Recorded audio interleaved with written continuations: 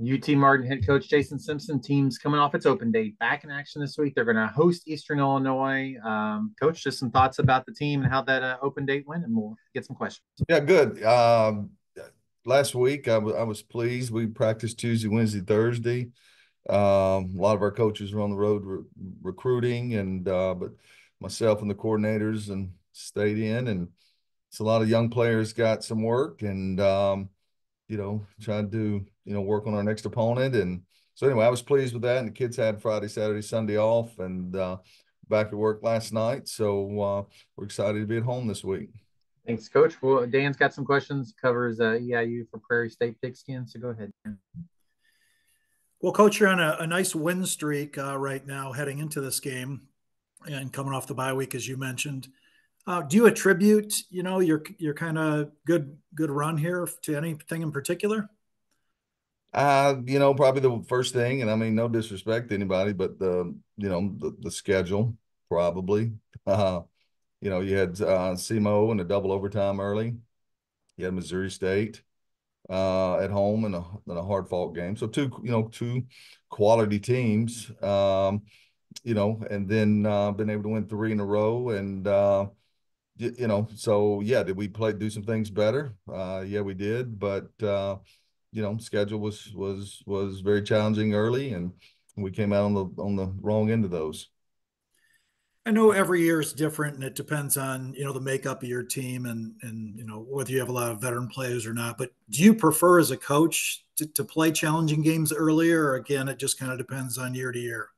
Yeah, I mean, it's year to year. I mean, early in my career, I would, my thought process was to get some confidence early and work some kinks out. And we probably had some very good seasons with that strategy. But this year with the conference of having a conference game early, if you win that one, you probably maybe we're in the same place as SEMO is, right now. So anyway, it's different, but we've learned a lot about ourselves. There's some things through some, hard couple weeks there where we won in three at one time.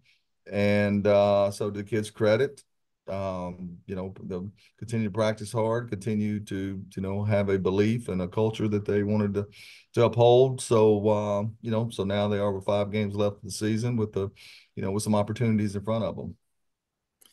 How surprised are you that Eastern Illinois has struggled the way that they have this year, especially coming off of last season?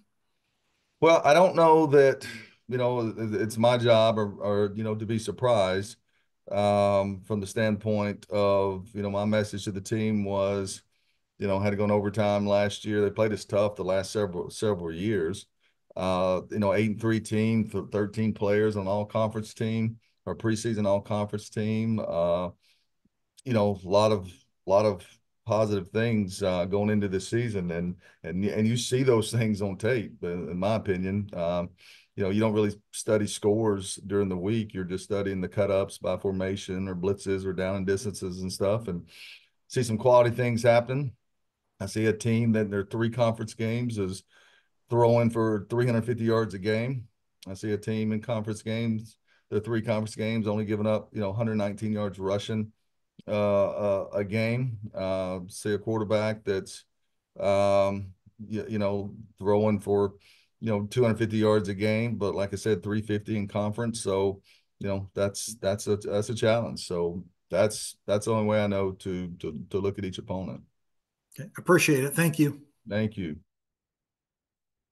And my question is, Coach, and every coach says this, like records are so unimportant when you look at the level of teams. You could have a team that's played nobody and be undefeated, right? You all have had a challenging schedule or 4-3. How do you just what you just said? How do you get that through people's minds? Like, don't pay attention to any of that. Just listen to what us coaches are telling you, I guess.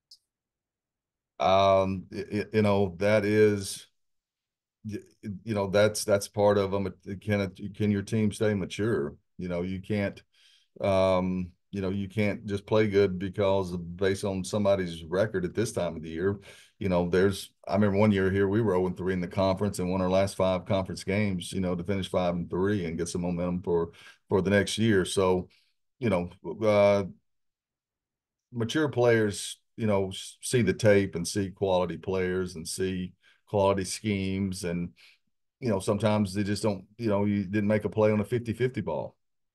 And that changes the whole dynamics of the game. Sometimes there was a crucial penalty that, took you out of an opportunity to be successful in that game. So, obviously as coaching staffs, you point that out, but mature players, see the speed of the game of the opponent they're playing. They see some physicality. They see some guys making plays that look different than maybe some of the teams that we played up to this point in a positive way.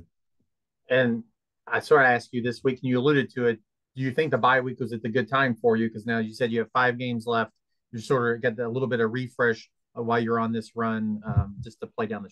Yeah, I hope so. I hope so. Of course, EIU's got to have the same bye week, and then Tennessee State's got one before us, the next week. So, who's to say what was good, but no, we definitely needed one. And, we had good spirit last night at practice, good energy.